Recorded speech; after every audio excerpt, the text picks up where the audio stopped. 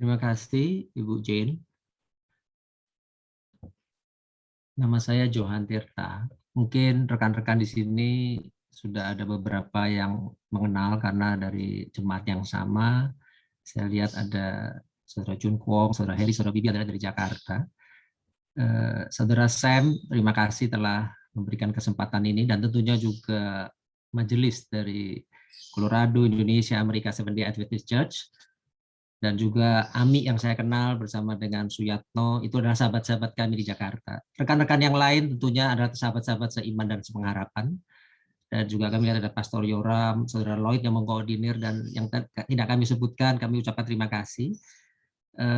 Nanti kalau ada kesempatan mungkin, sebetulnya istri saya pernah ke Colorado ini, berfoto bersama, cuma kami tidak bisa tampilkan fotonya, tahun 2019. Jadi Ibu Ana Stefani, nanti kalau diberi kesempatan ada kesaksian dalam lagu yang akan dibawakan oleh Ibu Ana Stefani. Kemarin saya ada kirim videonya. Dan apa yang saya bicarakan, apa yang kami nyanyikan nanti, biarlah ini semua untuk kemuliaan nama Tuhan. Karena saya lihat di Colorado pembicaranya adalah yang kelas pendeta, kelas doktor di bidang teologi ya. Sementara kami hanya orang awam. Dan kami berharap biarlah firman ini dapat menguatkan kita semua, khususnya di tengah pandemi yang begini ganasnya ya, baik kita rasakan tidak hanya di Indonesia, di Jakarta dan sekitarnya, tapi juga di seluruh dunia saat ini. Demikian juga dengan climate change yang kita lihat, kebakaran di Yunani, di mana-mana, ini benar-benar pengharapan kita hanya, tadi saya setuju juga bahwa memang Yesus segera datang saja. Tetapi sebelum Yesus datang, biarlah kita lebih giat bekerja.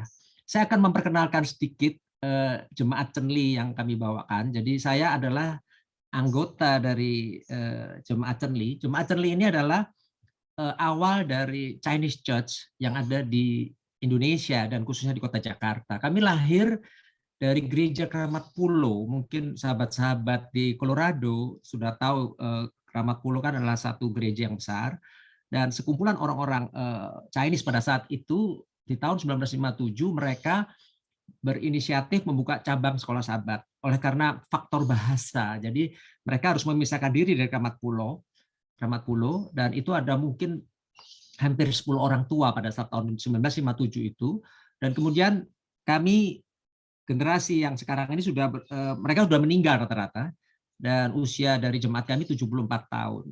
Jemaat Cenli kemudian berkembang ya menjadi beberapa jemaat. Kami saat ini berkumpul di Jakarta, termasuk wilayah 16 dari 170 jemaat. Kami ada 10 jemaat yang bergabung.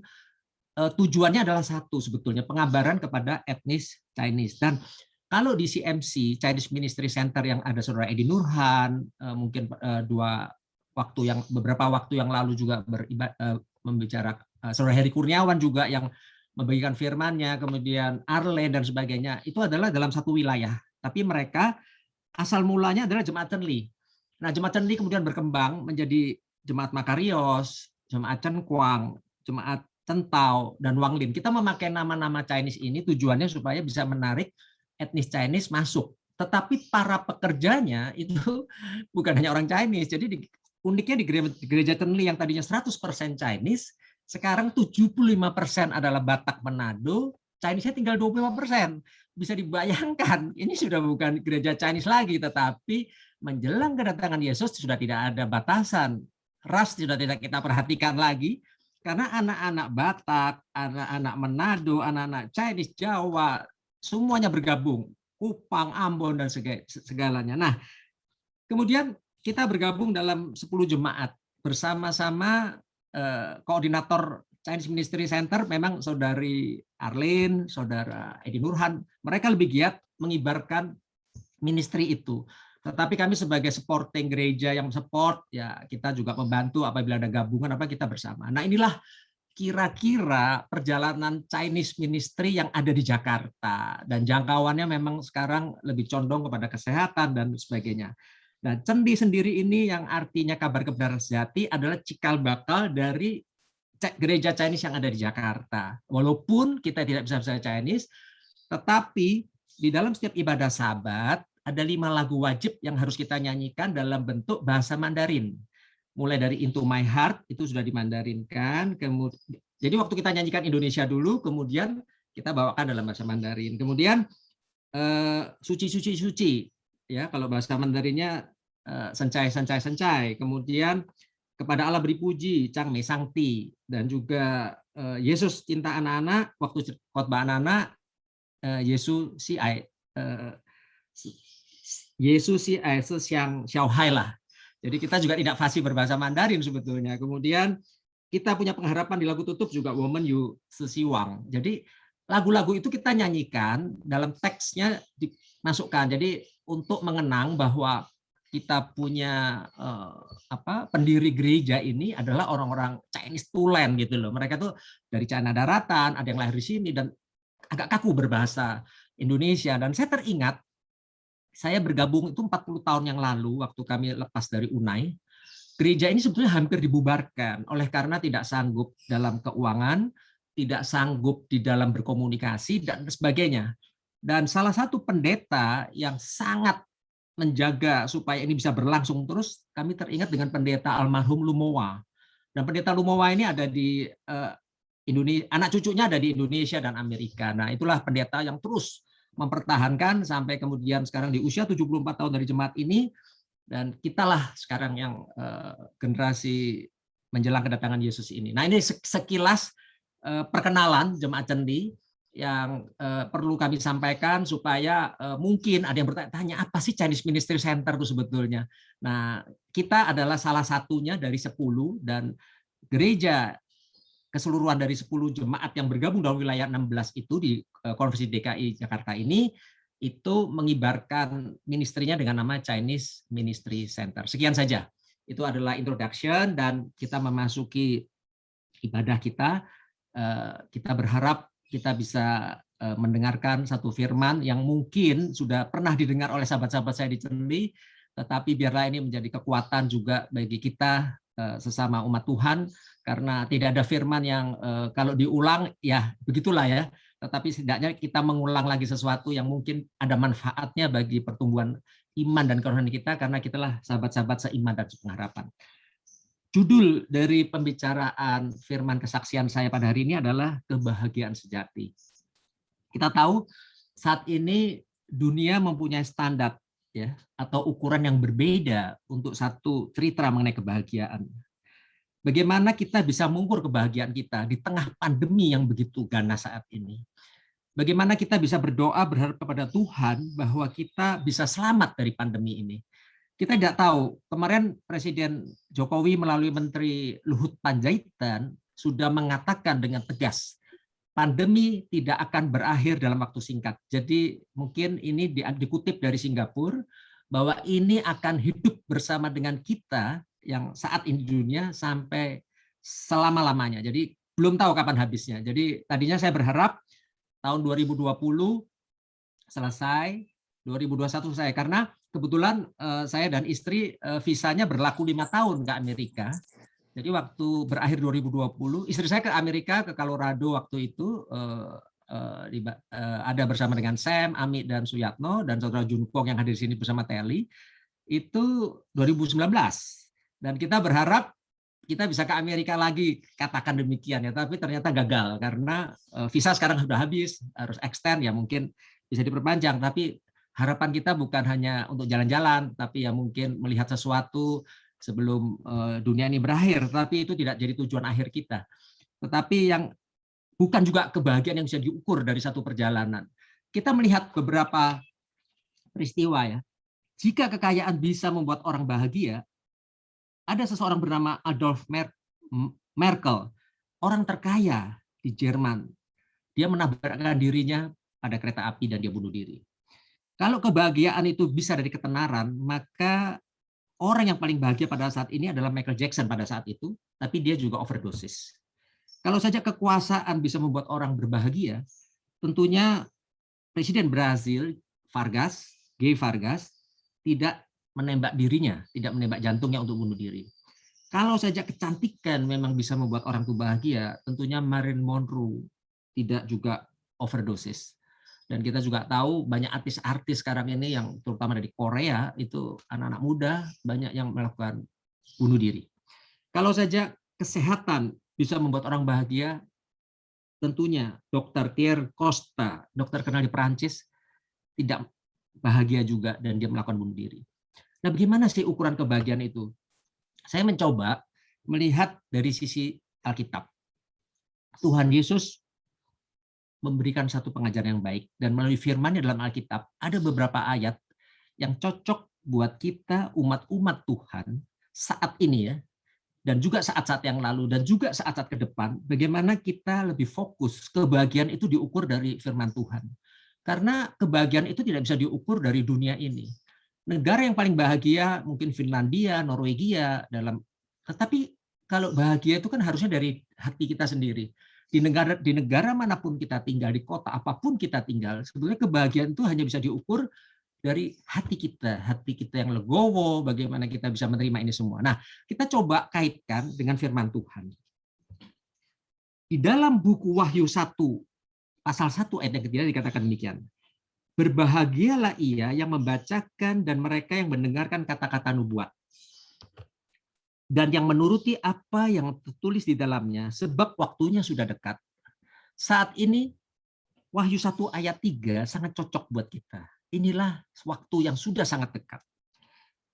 Orang yang membaca nubuatan-nubuatan ini dan bukan hanya sekedar membaca tentunya, tetapi harus percaya. Ya, kita harus percaya dan menuruti petunjuk-petunjuk yang diberikan di dalamnya, akan merasa bahagia. Mengapa begitu? Karena mereka dapat melihat bahwa secara lahiriah kita hidup dalam segala kesulitan saat ini. Mungkin secara ekonomi saat ini terdampak.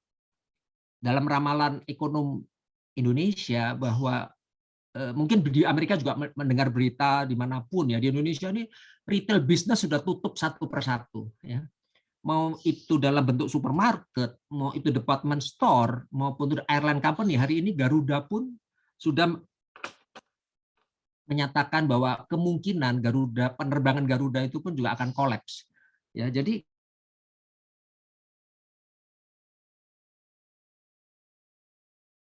kita lihat, apalagi yang perusahaan-perusahaan, pandemi ini tidak bisa membuat kita bahagia. Ini kedepannya kita makin suram.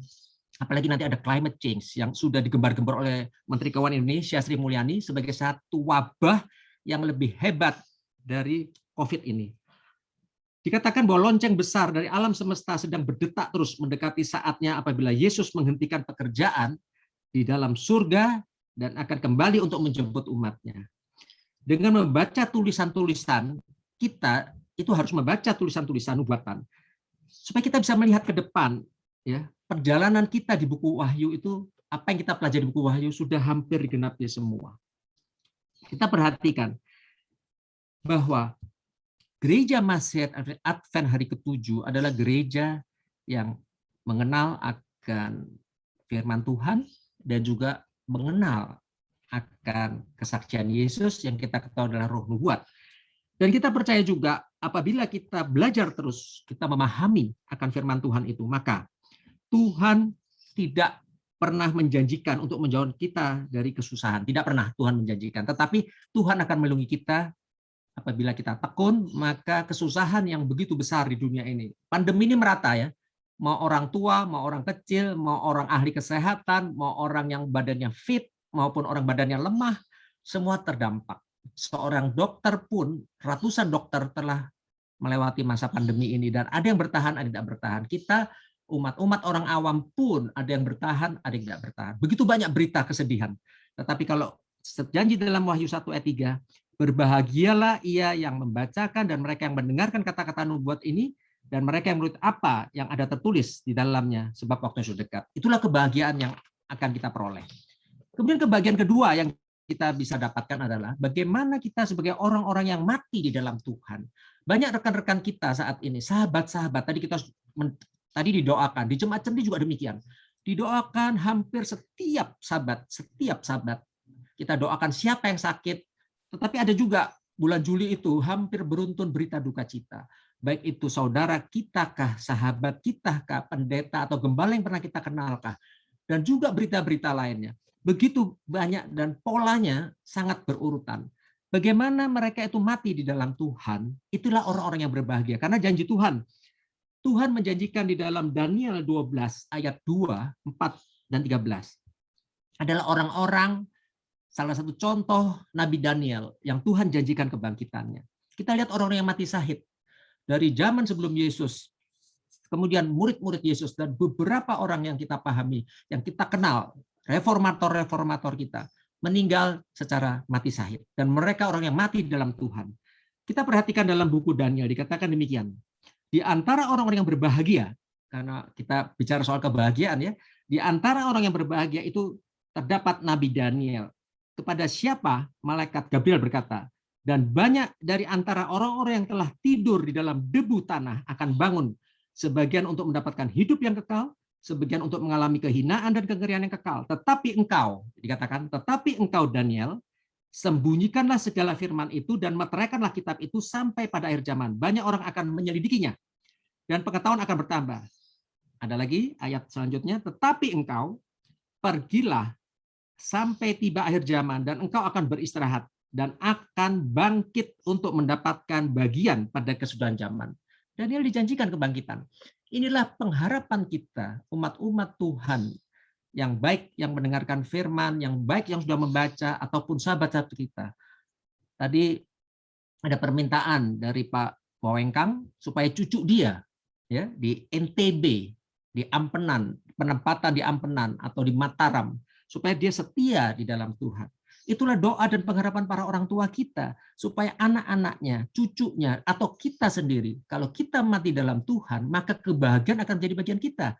Karena inilah rencana reuni besar yang akan kita dapatkan pada saat nanti Yesus datang kali yang kedua.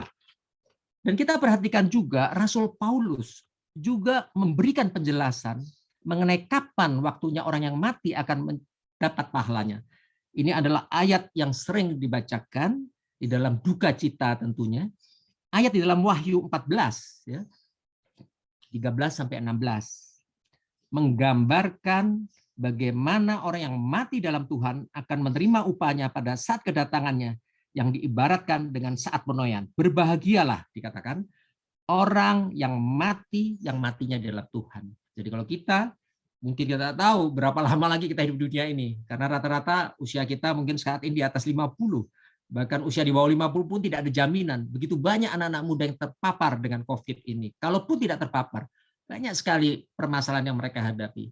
Tadi kita sudah melihat berapa kejadian bunuh diri, berapa kejadian orang yang putus asa di dunia ini. Tapi kalau kita beristirahat di dalam Tuhan, maka berbahagialah kita. Karena reuni besar akan menjadi bagian kita. Kemudian orang yang berbahagia yang bagaimana lagi? Yaitu orang yang berjaga-jaga dan memperhatikan pakaiannya. Nah, ini penting sekali dalam kehidupan kita saat ini. Sungguh ini adalah saatnya bagi kita untuk terbangun dari tidur kita. Ya, mungkin kejadian wabah ini, pandemi ini mengagetkan kita. Berapa bulan tidak selesai. Teori konspirasi begitu banyak. Apakah mulai dari Wuhan di China? Apakah mulai dari Amerika? Beberapa minggu yang lalu saya melihat satu teks berjalan di TV, running text di Indonesia, dikatakan bahwa wabah dimulai sebelum meledaknya COVID di Wuhan. Itu di China kan berarti mulainya. Tetapi beberapa saat kemudian ada berita lagi, nggak tahu ini hoax atau bukan, bahwa Amerika, bahwa dari 2015 memang ini sudah dicanangkan. Saya bersyukur. Dan mungkin kita juga bersyukur, kita hidup di zaman penggenapan nubuatan. Apapun konspirasi itu, yang jelas ini terjadi. Siapakah yang mulai, China atau Amerika? Kita paham bahwa dalam buku Wahyu dikatakan, negara Amerika lah yang menjadi superpower, dan kita sudah terbukti sekarang ini. Ya, penempatan polisi sebagai polisi dunia di mana-mana. Kemarin ada latihan tentara Amerika masuk Indonesia 2.000 lebih. Tidak ada yang menghebohkan. Maksud saya di Indonesia ya. Tetapi kalau tenaga Cina yang masuk ke Indonesia, ramai sekali secara politis. Itu tenaga Cina masuk, rambutnya cepak-cepak. Itu militer dari mana? Tetapi begitu tentara Amerika masuk di 3 lokasi yang berbeda. Mereka latihan di Batu Raja di daerah Palembang. Mereka juga latihan bersama di daerah Sulawesi, saya juga tepatnya saya nggak tahu. Kemudian satu lagi mungkin siap-siap di Laut Cina Selatan atau apapun. Tapi tidak pernah di sosial mediakan. Hanya 1 kali siaran dan beberapa kali kemudian dikatakan ribuan tentara Indonesia bersama dengan tentara Amerika latihan bersama.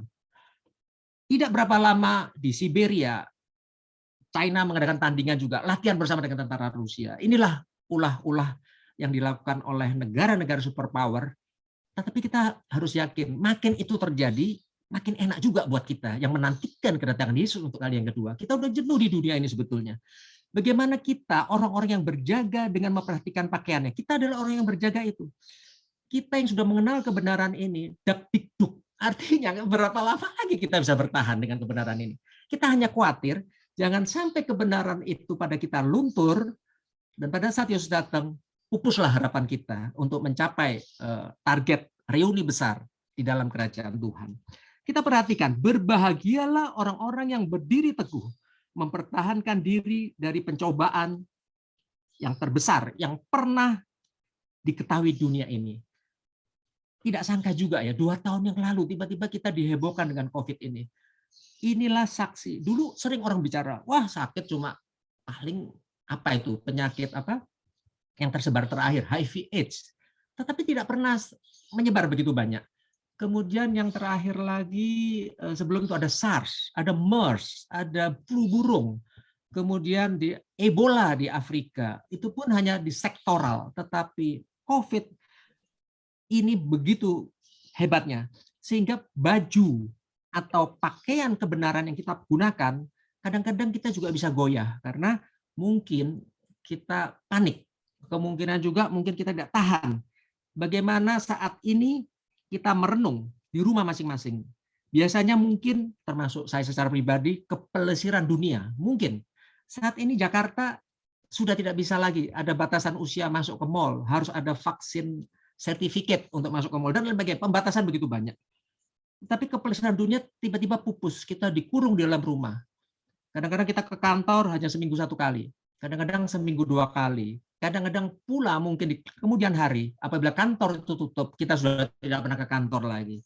Jadi memang kita dilatih bagaimana, saya yakin inilah yang disebut gereja rumah. Suatu saat mungkin organisasi tidak ada lagi. Gereja yang kita datangi setiap Sabat tidak diperlukan lagi. Inilah tujuan dari penguatan kita, agar pakaian yang kita gunakan, pakaian kebenaran itu, supaya kita menjadi orang-orang yang berbahagia.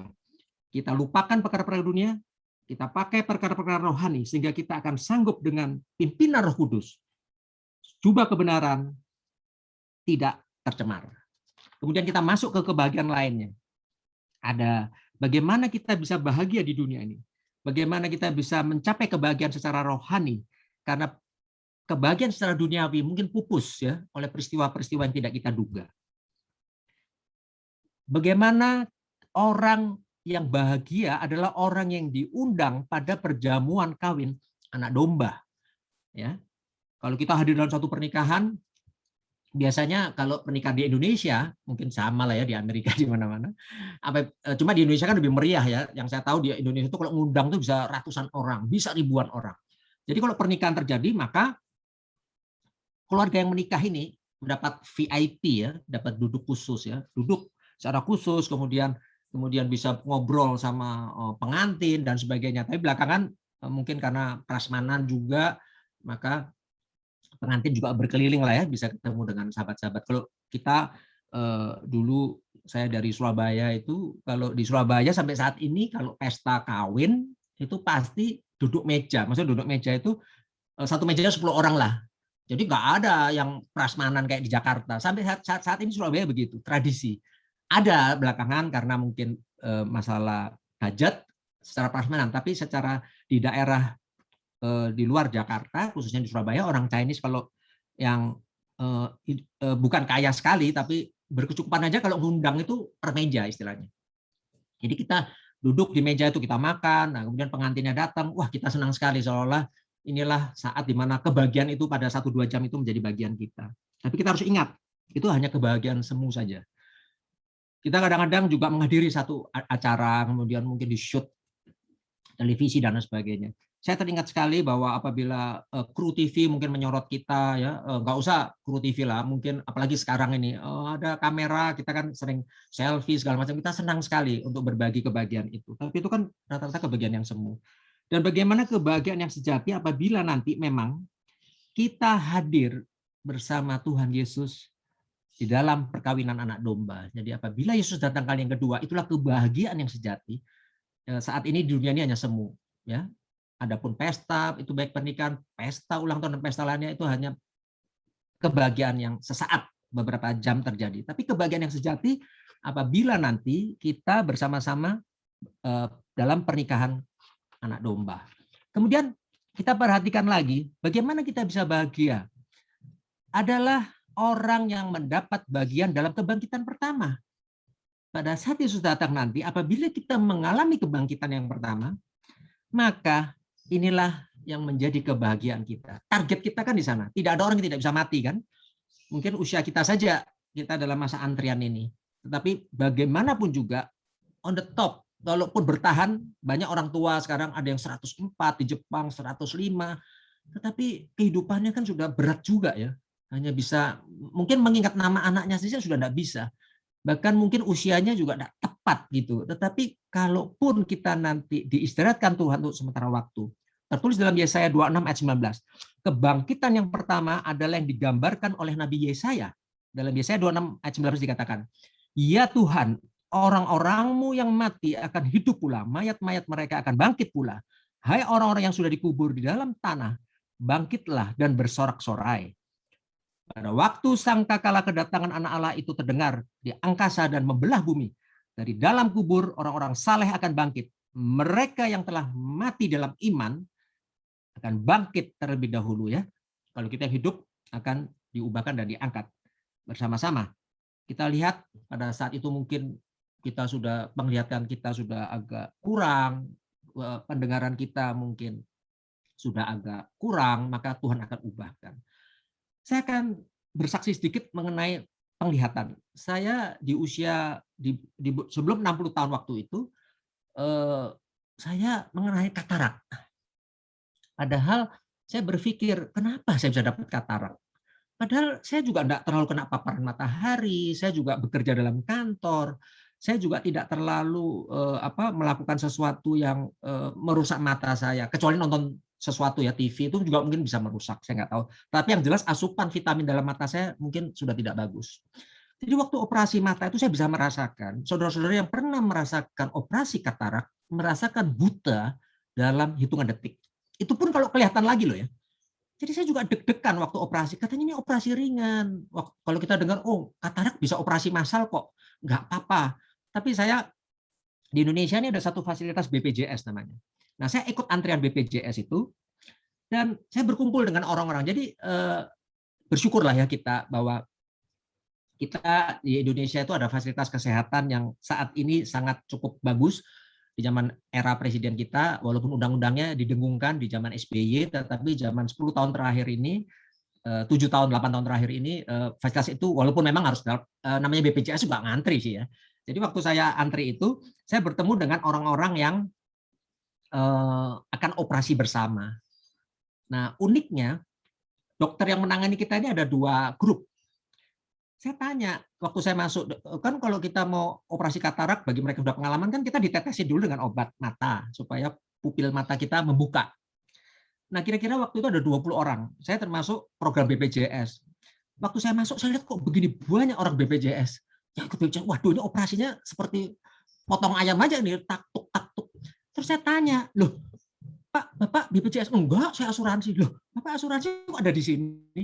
Iya, dokternya gabung katanya. Lah, nah apa gunanya ikut asuransi Pak BPJS? Oh enggak, kalau asuransi mungkin kita lebih diperhatikan. Tapi saya coba hitung ya, enggak juga. Saya di urutan yang duluan daripada yang asuransi.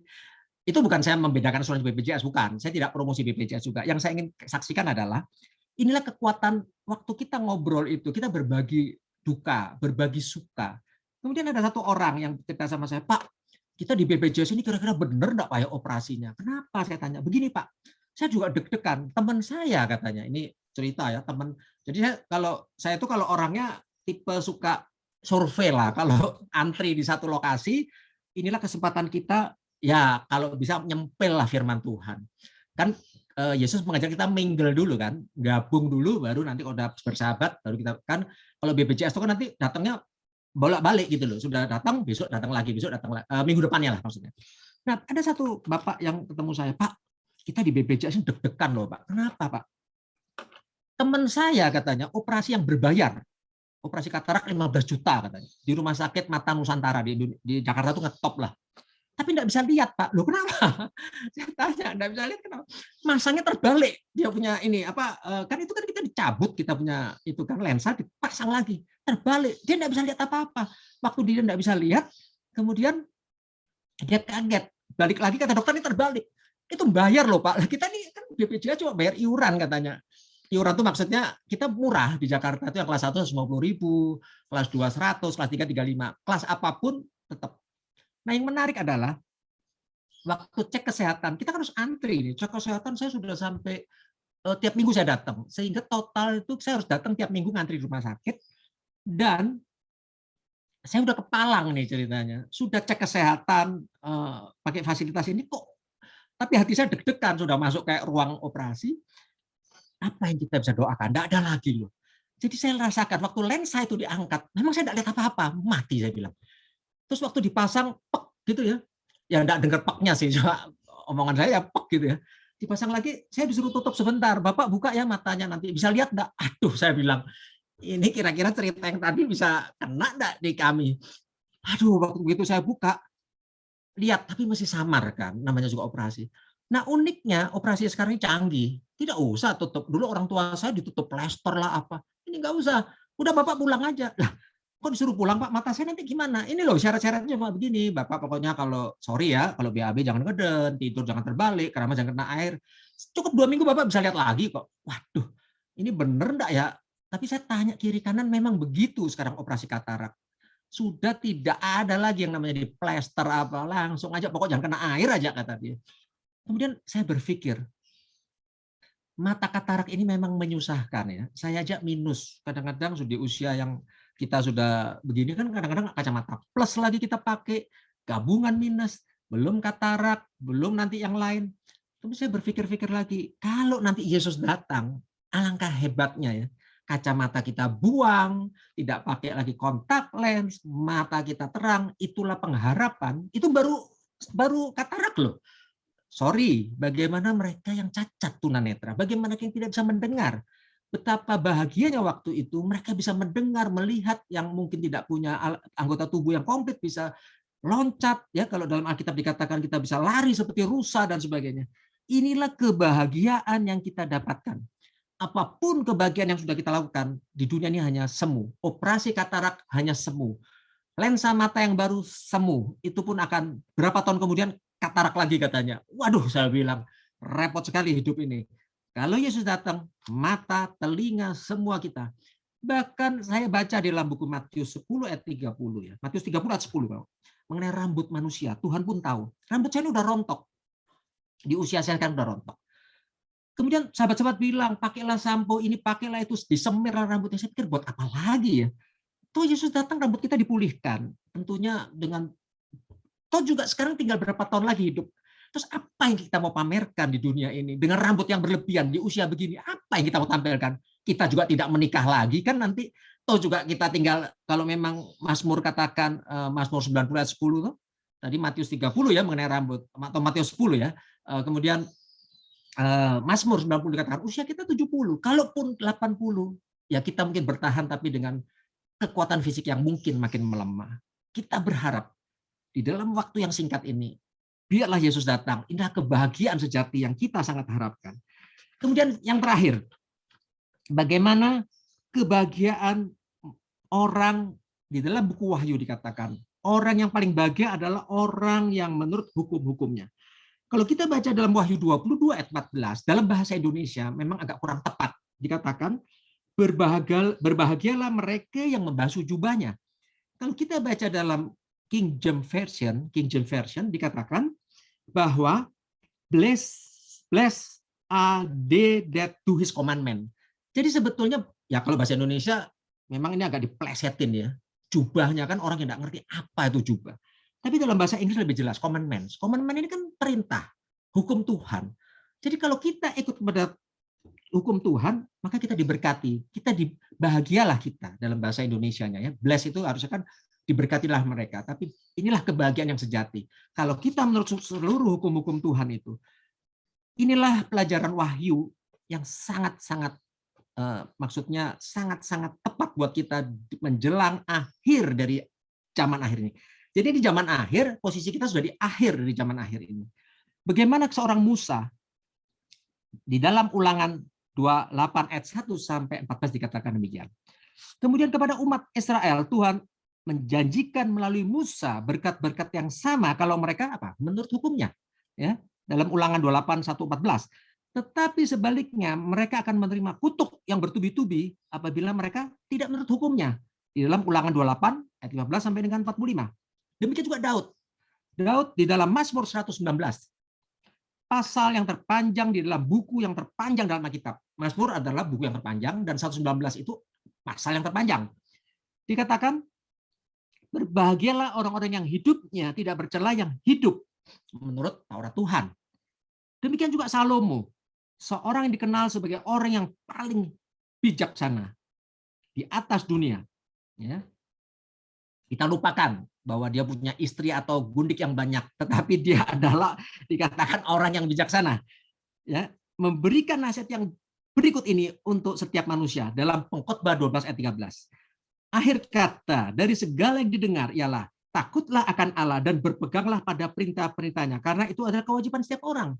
Jadi kita dapat melihat bagaimana manusia telah kehilangan kebahagiaan di dunia ini. Kehilangan kebahagiaan yang semu itu.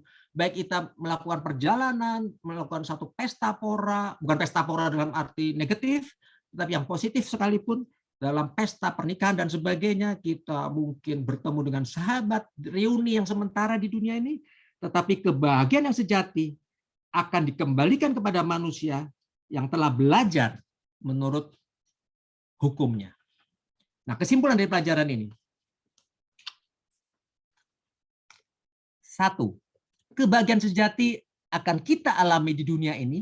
Ya, tadi kita paham bahwa ini sudah akhir dari perjalanan, the end of century. Apabila kita sebagai umat, khususnya yang hari ini mendengarkan ataupun sahabat-sahabat kita di luar yang mendengarkan,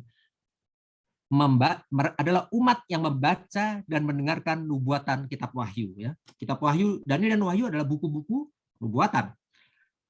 Umat yang beristirahat di dalam Tuhan, beristirahat dalam kebenaran tentunya. Umat yang selalu berjaga dan memperhatikan pakaian kebenarannya, apa yang kita gunakan tiap hari ini, pakaian rohani kita. Kemudian umat yang akan diundang dalam perjamuan kawin anak domba, itulah kebahagiaan yang sejati yang akan kita temukan.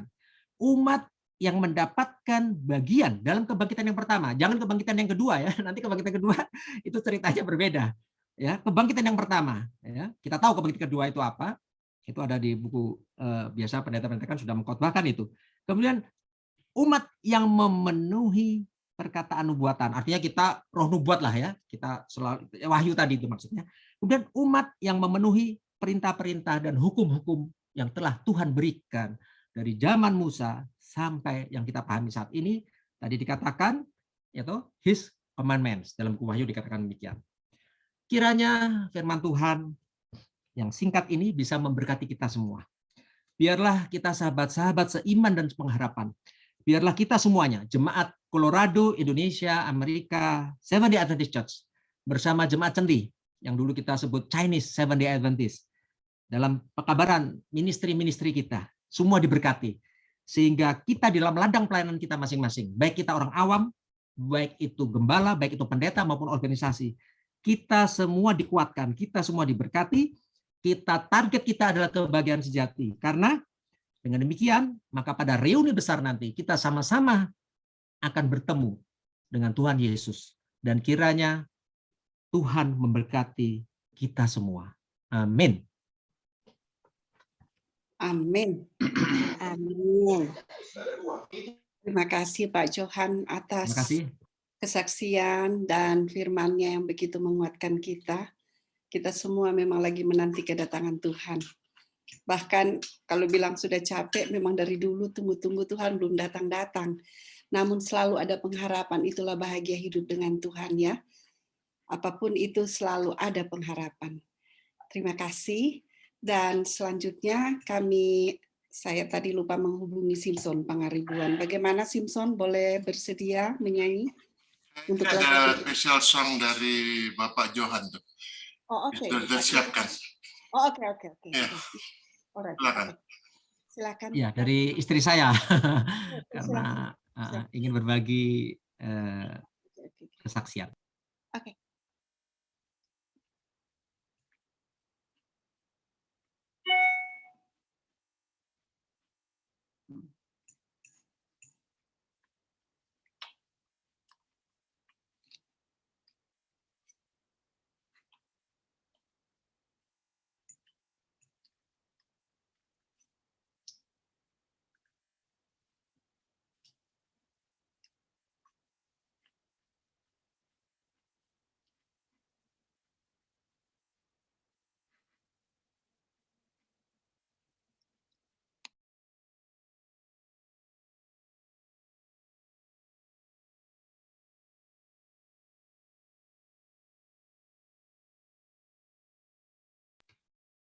Mungkin videonya ada hambatan ya. Saya bagikan ke Sam. Mungkin Sam bisa, sebab bisakah dari saudara Lloyd yang putarkan?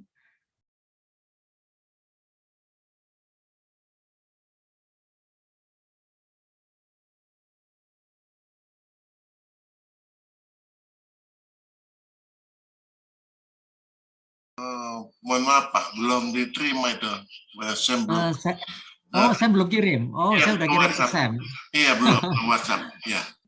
Oh, kemarin saya udah bagikan ke Sam. Sebab belum kirim ke saya mungkin. Oh, mungkin Sam tidak ada ya. Tadi, ada Sam, ada. Ada Sam. Gimana? Sebab dari saya tidak bisa saya ini masukkan di. Mohon maaf Pak. Iya ya. Ya. Silakan kajian Bang Kimson.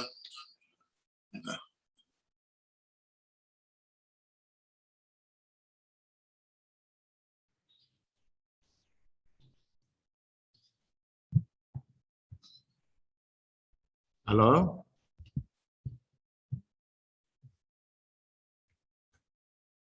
Mau nyanyi?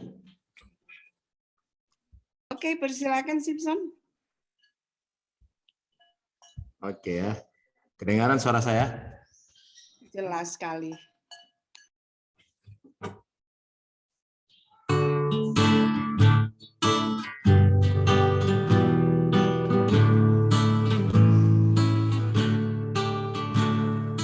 Kita dijamu oleh Raja, duduk bersama umat Allah. Sudahkah engkau bersedia? Kelak Raja datang. Kelak Raja datang. Kelak Raja datang. Sudahkah engkau bersedia? Kelak Raja datang. Mahkota indah ganti duri, ganti kita Yesus telah mati. Namanya patutlah dipuji. Kelak Raja datang. Kelak Raja datang. Kelak Raja datang. Sudahkah engkau sedia? Kelak Raja datang. Saat itu kau terbukalah yang sekarang jadi rahasia. Perangai kita akan nyatalah.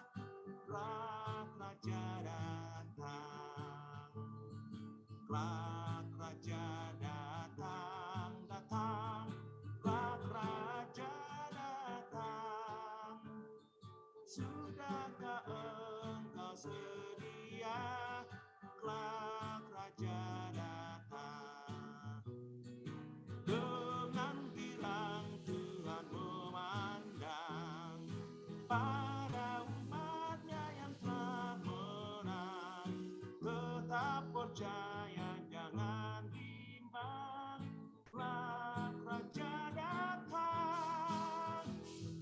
Kelak Raja datang.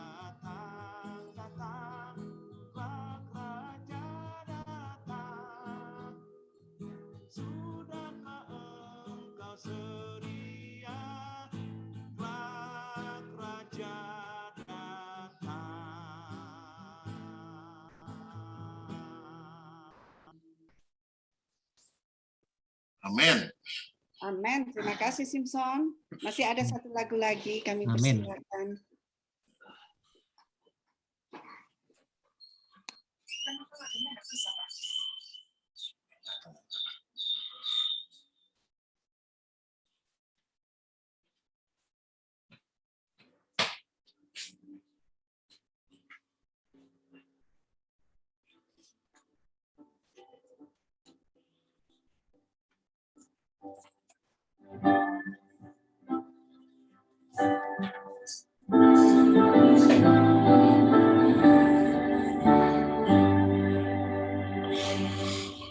Nama Tuhan yang tak terduga, lebih besar dari dosa. Liputannya tadi Golgota, sana tertumpah darah Yesus. Nama Tuhan yang memberi keampunan dosa. Rahmat Tuhan lebih besar dari dosa.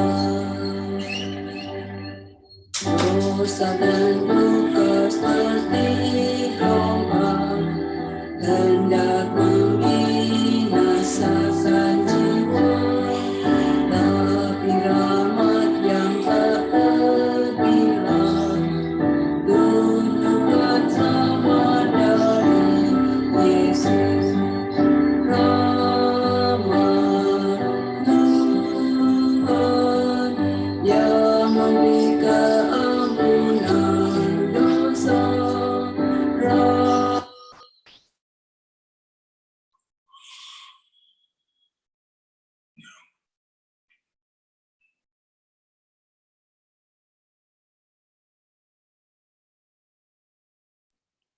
Gimana Lloyd? Putus? Nah, sudah. Rekamannya pendek lagi. Saya terima. Terima kasih. Rekamannya pendek langsung ini. Cuma 1 menit sekian. Ya. Oh, Iya, oke. Mungkin ada kesalahan pengiriman. Anyway, Nggak apa-apa. terima kasih atas kedua lagu yang merdu ya. Semua kita tahu lagu itu yang sangat indah. Baiklah, sebagai doa tutup kami persilakan Pak Johan. Kita bersatu di dalam doa. Tuhan Bapa kami yang bertahta dalam kerajaan surga, terima kasih akan firman yang telah kami dengar. Dan biarlah ini dapat menumbuhkan iman dan kerohanian kami di dalam menantikan kedatangan Yesus untuk kali yang kedua, yang kami yakini tidak lama lagi. Inilah kebahagiaan yang sangat kami, umat-umat manusia, harapkan. Karena kami percaya bahwa dengan kebahagiaan yang sejati inilah yang dapat kami rasakan nanti apabila karena hidup di dunia yang baru. Karena di dunia ini hanyalah sementara dan tidak ada kebahagiaan yang sejati. Semuanya adalah kebahagiaan sementara yang kami rasakan saat ini. Tuhan juga memberkati jemaat Colorado, Indonesia, Amerika, Seventh Day Adventist Church, pendeta yang melayani, pendeta Yoram, saudara Lloyd selaku koordinator, sahabat-sahabat kami, saudara Sam, dan juga nama-nama yang tidak kami sebutkan, yang telah Tuhan berkati mereka dengan kesehatan dan juga dengan satu persatuan dan kesatuan, sehingga jemaat ini dapat terus melayani Tuhan dimanapun mereka berada. Demikian juga dengan doa syafaat yang tadi dibawakan, demikian juga kesaksian-kesaksian, serta lagu pujian yang dibawakan oleh saudara Simpson Pangaribuan, Ibu Ana Stefani, semuanya itu menjadi kemuliaan dan kepujian bagi nama Tuhan. Tuhan memberkati dan melindungi kami, Tuhan memberikan kami damai sejahtera, dan Tuhan memberikan kami kasih karunia. Doa ini kami bawakan di dalam Yesus Kristus, yang adalah Tuhan dan Juru Selamat kami. Amin. Amin.